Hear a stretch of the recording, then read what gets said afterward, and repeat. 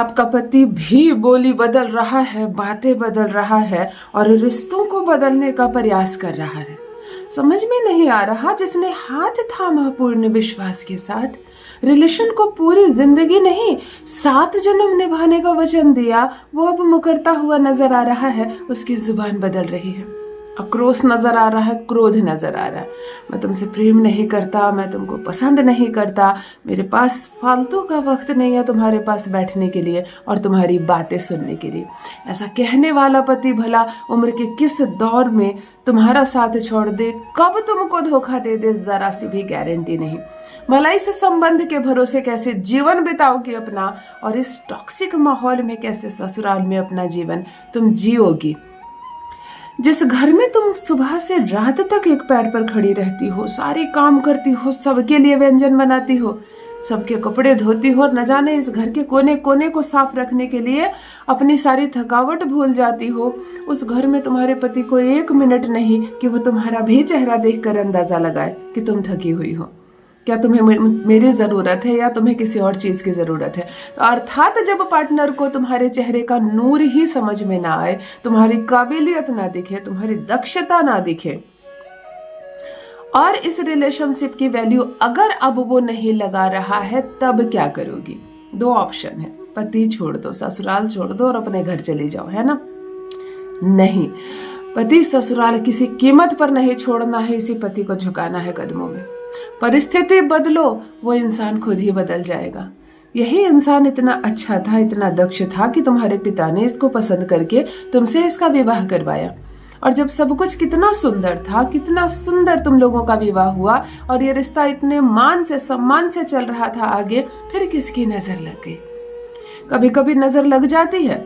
आप हद से ज्यादा प्रसन्न होकर अगर अपने गृहस्थ जीवन किसी के साथ साझा करने लगते हैं, तब नजर लग जाती है। आप अगर सोशल मीडिया पर लगातार अपनी खुशियों का, अपने पति के साथ प्रेम का पिक्चर लगाने लगती हैं, तब नजर लग जाती है। अगर आप मायके में या अपनी सहेलियों को फोन कर कर के बार बार ये बताती हैं कि मेरे ससुराल में मुझे बहुत प्यार मिलता है, सभी मेरा बहुत ख्याल रखते हैं, मेरे पति बहुत तोहफा देते हैं, वो बहुत प्यार करते हैं, तब भी नजर लग जाती है। अगला किस ऊर्जा के साथ आपकी बात सुन रहा है आपको नहीं मालूम, तो कहीं ना कहीं लग गई है आपके रिश्ते को भी नजर। या कहीं किसी सौतन का तो चक्कर नहीं कि कोई दूर बैठे संचालित कर रही है आपके रिश्ते को। वो जैसा चाहती है वैसा व्यवहार करता है आपका पति आपके साथ। तब चलो करते हैं एक छोटा सा अद्भुत उपाय। यही पति पैरों में गिर के माफी न मांगे अपने किए की, तो कहिए जो क्रोध दिखा रहा है, जो घमंड दिखा रहा है, जो अहंकार दिखा रहा है, जो अपशब्द बोल रहा है, गालियां दे रहा है, वही तलवे ना चाटे तो कहिए। ऐसे पति को मुट्ठी में रखना भी जरूरी है, क्योंकि संपूर्ण जीवन अगर तुमको ससुराल और पति नहीं बदलना और रहना अगर इसी के साथ है, तो चलो बनाते हैं इसको अपना गुलाम, करते हैं अपने पति को अपनी मुट्ठी में। जान लीजिए प्रथम मैं कौन हूँ। नमस्कार दोस्तों, मैं हूँ खुशबू सिंह। बहुत स्वागत, बहुत अभिनंदन आप सबका हमारे चैनल ज्योतिष ज्ञान में। कैसे हैं आप और घर में सब कैसे हैं? मेरे कमेंट सेक्शन में जय माता दी, हर हर महादेव अवश्य लिखें। अपनी खैरियत मुझे जरूर बताएं। पढ़ती हूँ हाथ की रेखाएं, पढ़ती हूँ जन्म कुंडली, और आप कुछ ना कहे तो आपका चेहरा भी पढ़ लेती हूँ। करम है, कृपा है ऊपर वाले की, प्रेम है आप सबका। जुड़िए ज्योतिष ज्ञान चैनल से। जो भी नए भाई बहन चैनल पर पहली बार आए हो, मेरी वीडियो को पहली बार देख रहे हो, मुझसे प्रथम बार मिल रहे हो, चैनल से जुड़िए, सब्सक्राइब कीजिए, मेरे परिवार का हिस्सा बनिए। दिल नहीं टूटने दूंगी, एक भी घर नहीं टूटने दूंगी, बशर्ते ससुराल मत छोड़ना, पति मत बदलना। अगर टिक कर रहती हो ससुराल में और मन में ये निष्ठा रखती हो कि मुझे अपने प्रयत्न से इन सारे लोगों के विचार को बदलना है, मुझे सबको अपना दीवाना बनाना है, सबको अपना गुलाम बनाना है, तभी ये उपाय तुम पर काम करेगा।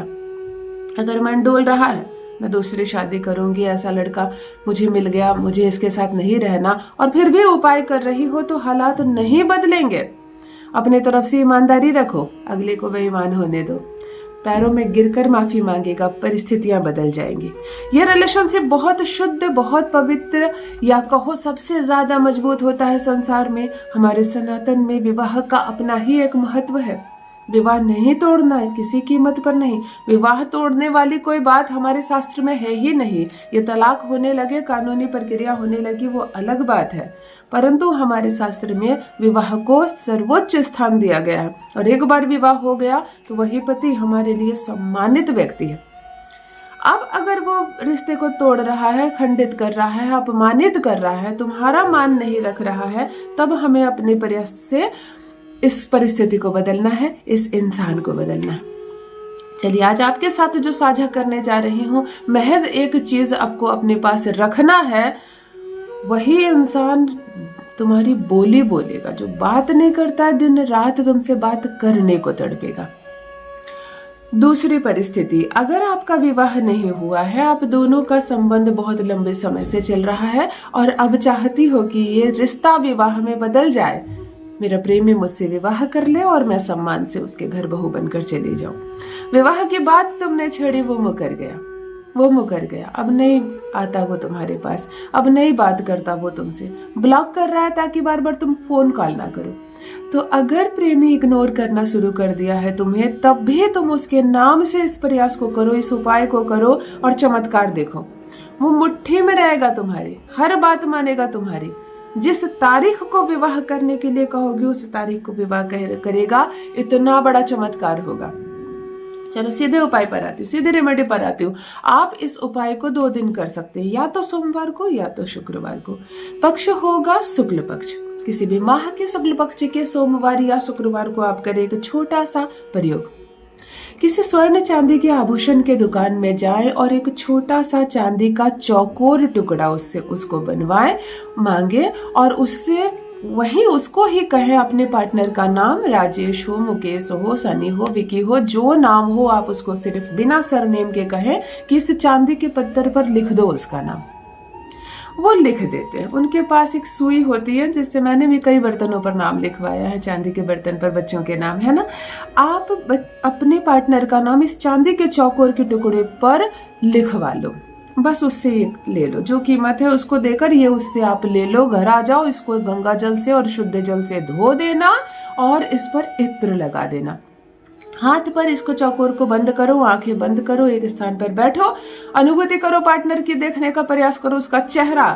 वह जब दिखाई देने लगे तब कहो ओम क्राम क्रीम क्रोम सहवश्यम नमः।